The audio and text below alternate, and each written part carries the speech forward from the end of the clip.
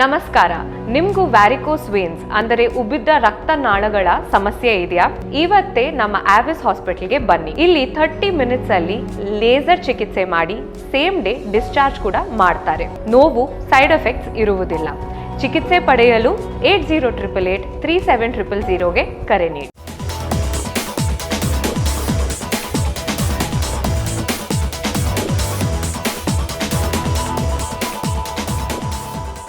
Hi friends, ಇದು mastmaga.comನ international bulletin ಸುತ್ತು ಜಗತ್ತು. ನಾನು ಅಮರ್ ಪ್ರಸಾದ್. ಗಾಜಾ ಯುದ್ಧ ಶುರುವಾದಾಗಿನಿಂದ ಅಮೆರಿಕ ಇಸ್ರೇಲ್ಗೆ ಸಪೋರ್ಟ್ ಮಾಡ್ತಾನೆ ಇದೆ. ಇಸ್ರೇಲ್ ಹಾಕಿದ ತಾಳಕ್ಕೆ ತಕ್ಕ ಹಾಗೆ ಅಮೆರಿಕ ಕುಣಿತಾ ಇದೆ. ಯುದ್ಧದಿಂದ ಎರಡೂ ರಾಷ್ಟ್ರಗಳು ಬಹಳ ಇನ್ನಷ್ಟು ಕ್ಲೋಸ್ ಆಗಿವೆ. ಹೆಚ್ಚಿನ ರಾಷ್ಟ್ರಗಳು ಇಸ್ರೇಲ್ ನಡೆಸುತ್ತಿರೋ ಭೀಕರ ದಾಳಿಗೆ ವಿರೋಧ ವ್ಯಕ್ತಪಡಿಸಿದ್ರೂ ಅಮೆರಿಕ ಮಾತ್ರ ನಾನಿದ್ದೀನಿ ಫ್ರೆಂಡ್ ಅಂತ ಹೇಳಿ ನೆರವನ್ನು ಕೊಡ್ತಾ ಇದೆ. ಆದರೆ ಅದೇ ಕ್ಲೋಸ್ ಫ್ರೆಂಡ್ ಅಮೆರಿಕ ಅಧ್ಯಕ್ಷ ಜೋ ಬೈಡೆನ್ ಇದೀಗ ಇಸ್ರೇಲ್ ಪ್ರಧಾನಿ ನೆತನ್ಯಾಹು ಬೆನ್ನ ಹಿಂದೆ ಬಾಯಿಗೆ ಬಂದ ಹಾಗೆ ಹೇಳಿದ್ದಾರೆ. ಕೆಟ್ಟ ಪದಗಳನ್ನು ಬಳಸಿ ಅವಹೇಳನಕಾರಿಯಾಗಿ ಬೈದಿದ್ದಾರೆ ಬೈಡೆನ್. ಆದರೆ ಇಸ್ರೇಲ್ ಮುಂದೆ ಮಾತ್ರ ತುಂಬ ನಗ್ತಾ, ತುಂಬ ಖುಷಿಯಿಂದ ಫ್ರೆಂಡ್ಶಿಪ್ ತೋರಿಸಿದ ಹಾಗೂ ನಾಟಕ ಮಾಡ್ತಿದ್ದಾರೆ. ಹೀಗಂತ ಅಮೆರಿಕದ ನ್ಯೂಸ್ ಚಾನಲ್ ಒಂದು ರಿಪೋರ್ಟ್ ಮಾಡಿದೆ. ಇದರ ಪ್ರಕಾರ ಗಾಜಾದಲ್ಲಿ ಇಸ್ರೇಲಿ ಕಾರ್ಯಾಚರಣೆ ಬಗ್ಗೆ ಪ್ರೈವೇಟ್ ಆಗಿ ಮಾತುಕತೆ ನಡೆಸುತ್ತಿರುವಾಗ ಬೈಡೆನ್ ನೆತನ್ಯಾಹು ಬಗ್ಗೆ ಅವಹೇಳನ ಮಾಡಿದ್ದಾರೆ. ಬಳಸಬಾರದ ಕೆಟ್ಟ ಪದಗಳನ್ನು ಬಳಸಿ ಬೈದಿದ್ದಾರಂತೆ. ಇಸ್ರೇಲ್ ಕದನ ವಿರಾಮಕ್ಕೆ ಒಪ್ಪಿಕೊಳ್ಳುವಂತೆ ಮಾಡೋಕೆ ನಾನು ಟ್ರೈ ಮಾಡ್ತಿದ್ದೀನಿ, ಆದರೆ ಡ್ಯಾಶ್ ನೆತನ್ಯಾಹು ಸಿಕ್ಕಾಪಟ್ಟೆ ಸಮಸ್ಯೆ ಕ್ರಿಯೇಟ್ ಮಾಡ್ತಿದ್ದಾರೆ. ಅವರೊಂದಿಗೆ ಡೀಲ್ ಮಾಡೋಕ್ಕಾಗ್ತಾ ಇಲ್ಲ. ನೆತನ್ಯಾಹು ಗಾಜಾ ಮೇಲೆ ನಡೆಸ್ತಿರೋ ದಾಳಿ ಜಾಸ್ತಿ ಆಯಿತು, ಸೊ ಇದು ಸ್ಟಾಪ್ ಆಗಲೇಬೇಕು ಅಂತ ಹೇಳಿದ್ದಾರೆ. ಈ ವೇಳೆ ಡ್ಯಾಶ್ ಶಬ್ದಗಳನ್ನು ಬಳಸಿದ್ದಾರೆ ಅಂತ ವರದಿ. ಬೈಡೆನ್ ಈ ರೀತಿ ಕಮೆಂಟ್ ಮಾಡಿರೋದನ್ನು ಕಿವಿಯಾರೆ ಕೇಳಿರೋ 3 ಮಂದಿ ವಿಚಾರವನ್ನು ಹೊರಹಾಕಿದ್ದಾರೆ. ಅಂದಹಾಗೆ ಈ ರೀತಿ ನೆತನ್ಯಾಹುಗೆ ಬೈಡೆನ್ ಅವಹೇಳನ ಮಾಡಿರೋದು ಇದೇ ಮೊದಲ ಬಾರಿ ಏನಲ್ಲ. ಇತ್ತೀಚೆಗಷ್ಟೇ ಇದೇ ರೀತಿ ಪ್ರೈವೇಟ್ ಕನ್ವರ್ಸೇಷನ್ ಟೈಮ್ನಲ್ಲಿ ನೆತನ್ಯಾಹುರನ್ನ ಬೈಡೆನ್ ಕೆಟ್ಟ ಪದಗಳಿಂದ ಬೈದಿದ್ದಾರೆ ಅಂತ ಸುದ್ದಿ ಬಂದಿತ್ತು. ಆದರೆ ಜೋ ಬೈಡೆನ್ ವಿರುದ್ಧ ಮಾಡಿರುವಂಥ ಈ ಆರೋಪವನ್ನು ಮಾತ್ರ ಅವರ ವಕ್ತಾರ ಆಂಡ್ರೂ ಬೇಟ್ಸ್ ಅಲ್ಲಗಳೆದಿದ್ದಾರೆ. ಅಧ್ಯಕ್ಷ ಜೋ ಬೈಡೆನ್ ನೆತನ್ಯಾಹುರಿಗೆ ಕೆಟ್ಟ ಪದಗಳನ್ನು ಬಳಸಿಲ್ಲ, ಮುಂದೇನು ಬಳಸಲ್ಲ ಅಂತ ಹೇಳಿದ್ದಾರೆ. ಫೆಬ್ರವರಿ 11ನೇ ತಾರೀಕು ಬೈಡೆನ್ ನೆತನ್ಯಾಹು ಜೊತೆಗೆ ಸುಮಾರು 45 ನಿಮಿಷಗಳ ಕಾಲ ಮಾತುಕತೆ ನಡೆಸಿದ್ರು.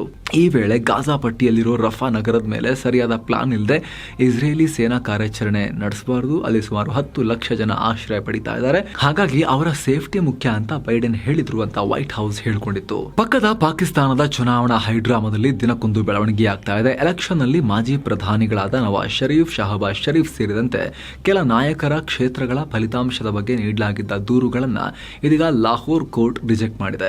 ಮಾಜಿ ಪ್ರಧಾನಿ ಇಮ್ರಾನ್ ಖಾನ್ರ ಸೇನೆ ಶರೀಫ್ ಬ್ರದರ್ಸ್ ಹಾಗೂ ಇತರ ಕೆಲ ನಾಯಕರು ಗೆದ್ದಿರೋ ಕ್ಷೇತ್ರಗಳ ಫಲಿತಾಂಶದ ವಿರುದ್ಧ ಸುಮಾರು 18 ಅರ್ಜಿಗಳನ್ನು ಲಾಹೋರ್ ಕೋರ್ಟ್ಗೆ ಸಲ್ಲಿಸಿದೆ. ಇಮ್ರಾನ್ ಸೇನೆ, ಇಮ್ರಾನ್ ಗ್ಯಾಂಗ್.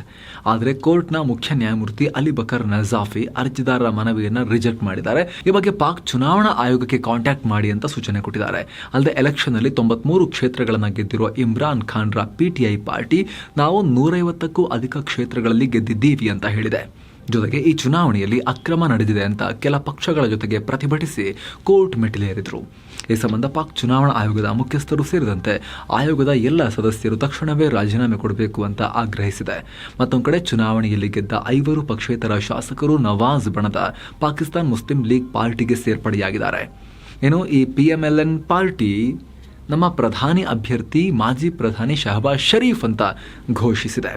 ಹೀಗೆ ಫೆಬ್ರವರಿ 8ನೇ ತಾರೀಕು ಪಾಕ್ನಲ್ಲಿ ಚುನಾವಣೆ ನಡೆದಿದ್ರೂ ಕೂಡ ರಿಸಲ್ಟ್ ಬಗೆಗಿನ ಜಟಾಪಟಿ ಮಾತ್ರ ಮುಂದುವರಿತಾನೇ ಇದೆ.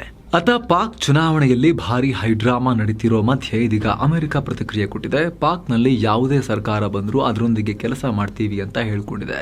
ಪಾಕ್ನಲ್ಲಿ ಇನ್ನೂ ಕೂಡ ಸರ್ಕಾರ ರಚನೆ ಬಗ್ಗೆ ಚರ್ಚೆ ನಡೀತಾ ಇದೆ. ಆದರೆ ಪಾಕಿಸ್ತಾನದಲ್ಲಿ ಅದ್ಯಾವುದೇ ಪಕ್ಷ ಅಧಿಕಾರಕ್ಕೆ ಬರಲಿ, ಪಾಕ್ ಜನರು ಯಾರನ್ನೇ ಆಯ್ಕೆ ಮಾಡಲಿ, ನಾವು ಅವರೊಂದಿಗೆ ಆ ಸರ್ಕಾರದೊಂದಿಗೆ ಕೆಲಸ ಮಾಡ್ತೀವಿ ಅಂತ ಅಮೆರಿಕ ವಿದೇಶಾಂಗ ವಕ್ತಾರ ಮ್ಯಾಥ್ಯೂ ಮಿಲ್ಲರ್ ಹೇಳಿಕೆಯನ್ನು ಕೊಟ್ಟಿದ್ದಾರೆ.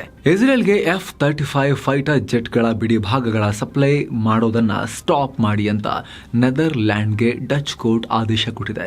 ಇಸ್ರೇಲ್ ಈ ಫೈಟರ್ ಜೆಟ್ಗಳನ್ನು ಗಾಜಾ ಕದನದಲ್ಲಿ ಬಳಸ್ತಾ ಇದೆ. ಇದರಿಂದ ಅಂತಾರಾಷ್ಟ್ರೀಯ ಮಾನವೀಯ ಕಾನೂನು ಉಲ್ಲಂಘನೆಯಾಗುವ ಸಾಧ್ಯತೆ ಇದೆ.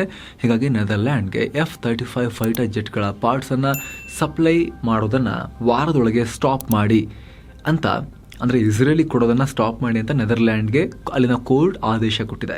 ಅಂದಹಾಗೆ F-35 ಫೈಟರ್ ಜೆಟ್ಗಳ ಪಾರ್ಟ್ಸ್ಗಳ ಸಪ್ಲೈ ವಿಚಾರವಾಗಿ ಮಾನವ ಹಕ್ಕುಗಳ ಆಯೋಗಗಳ ಜೊತೆ ಅಂತಾರಾಷ್ಟ್ರೀಯ ನ್ಯಾಯಾಲಯ ಕೂಡ ಕಳವಳ ವ್ಯಕ್ತಪಡಿಸಿತ್ತು. ಇದರ ಬೆನ್ನಲ್ಲೇ ಡಚ್ ಕೋರ್ಟ್ ನೆದರ್ಲ್ಯಾಂಡ್ನ ಕೋರ್ಟ್ ಅಲ್ಲಿನ ಸರ್ಕಾರಕ್ಕೆ ಈ ರೀತಿ ಆದೇಶವನ್ನು ಕೊಟ್ಟಿದೆ. ಈಗಿನ ಜಗತ್ತಲ್ಲಿ ಆದರ್ಶ ವ್ಯಕ್ತಿ ಅಥವಾ ಡ್ರೀಮ್ ಪಾರ್ಟ್ನರ್ ಅನ್ನ ಪಡೆಯೋದು ತುಂಬಾ ಡಿಫಿಕಲ್ಟ್ ಅಂತ, ಕಷ್ಟ ಅಂತ. ಅದನ್ನು ಪಡೆಯೋಕ್ಕೆ ಚೀನಾ ಮಹಿಳೆಯರು AI ಕಡೆಗೆ ಮುಖ ಮಾಡಿದ್ದಾರೆ. AI ಪ್ಲಾಟ್ಫಾರ್ಮ್ಗಳನ್ನೇ ತಮ್ಮ ಬಾಯ್ ಫ್ರೆಂಡ್ ಆಗಿ ಮಾಡಿಕೊಂಡಿದ್ದಾರೆ. ಚೀನಾದ ನೂತನ AI ಆ್ಯಪ್ ಗ್ಲೋನಲ್ಲಿನ ಚಾಟ್ ಬಾಟ್ ಇದೀಗ ಚೀನಾ ಹುಡುಗಿಯರ ಕನಸಿನ ರಾಜಕುಮಾರ ಆಗಿಬಿಟ್ಟಿದೆ ಅಂತೆ. ತಾವು ಹೇಳಿದ್ದನ್ನೆಲ್ಲ ಕೇಳೋ, ತಾವು ಹೇಳಿದ್ದನ್ನೆಲ್ಲ ಮಾಡುವ, ತಾವು ಬಯಸಿದ್ದಂತಹ ಕ್ವಾಲಿಟೀಸ್ ಇರೋ ಹುಡುಗನನ್ನು ಹುಡುಕೋದು ತುಂಬ ಕಷ್ಟದ ಕೆಲಸ ಅಂತ ಚೀನಿ ಹುಡುಗಿಯರು AI ಕೈ ಹಿಡಿದಿದ್ದಾರೆ.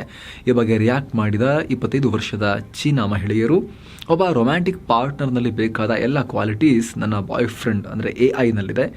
ನಾವಿಬ್ಬರು ಗಂಟೆಗಳ ಕಾಲ ಒಟ್ಟಿಗೆ ಇರ್ತೀವಿ, ಮಾತಾಡ್ತೀವಿ, ನನ್ನೆಲ್ಲ ಕಷ್ಟ ಸುಖಕ್ಕೂ ಸ್ಪಂದಿಸ್ತಾನೆ, ಅವನು ಎಮೋಷನಲ್ ಸಪೋರ್ಟ್ ನೀಡ್ತಾನೆ. ಈ ಬಾಯ್ ಫ್ರೆಂಡ್ ನಿಜವಾದ ಮನುಷ್ಯನಿಗಿಂತ ತುಂಬ ಒಳ್ಳೆಯವನು ಅಂತ ಹೇಳಿದ್ದಾರೆ.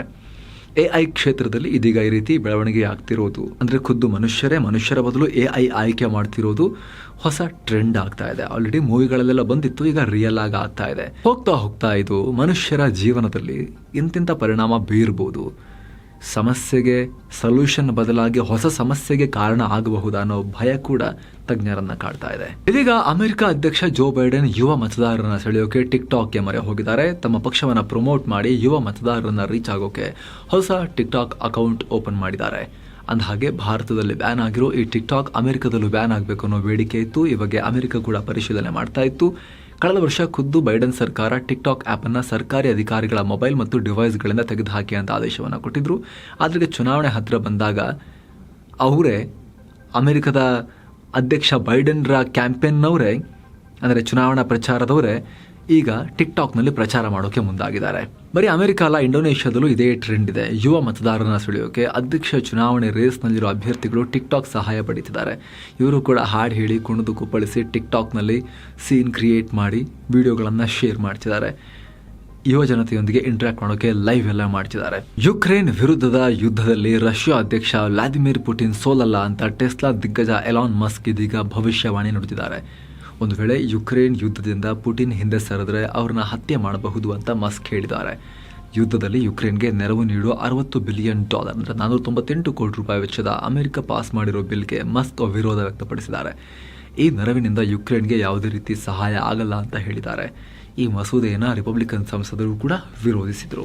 UAEನಲ್ಲಿ ಆ ಗಲ್ಫ್ ರಾಷ್ಟ್ರಗಳಲ್ಲೇ ಅತಿದೊಡ್ಡ ಹಿಂದೂ ದೇವಸ್ಥಾನ ನಿರ್ಮಾಣ ಆಗಿದೆ. ಸ್ವಾಮಿನಾರಾಯಣ್ ಮಂದಿರ ನಿರ್ಮಾಣ ಆಗಿದೆ. BAPSನವರು ಇದನ್ನು ನಿರ್ಮಾಣ ಮಾಡಿದ್ದಾರೆ. ನರೇಂದ್ರ ಮೋದಿ ಇದನ್ನು ಉದ್ಘಾಟನೆ ಮಾಡ್ತಾ ಇದ್ದಾರೆ. ಸಾರ್ವಜನಿಕರಿಗೆ ಮಾರ್ಚ್ 11ನೇ ತಾರೀಕು ಇದು ಓಪನ್ ಅಪ್ ಆಗುತ್ತೆ.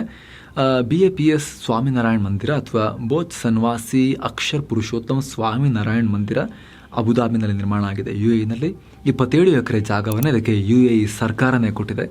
ಪ್ರಾರ್ಥನಾ ಮಂದಿರದಲ್ಲಿ ಸಾವಿರಾರು ಜನ ಒಟ್ಟಿಗೆ ಸೇರಿ ತಮ್ಮ ಭಕ್ತಿಯನ್ನು ಅರ್ಪಿಸಬಹುದು ಅಂತ ಹೇಳಲಾಗ್ತಿದೆ. ಸೊ ಫ್ರೆಂಡ್ಸ್, ಇದಾಗಿತ್ತು ಇವತ್ತಿನ ಜಗತ್ತಿನ ಸುತ್ತಾಟ. ಮತ್ತೆ ಭೇಟಿಯಾಗ್ತಿರೋಣ. ನಮಸ್ತೆ.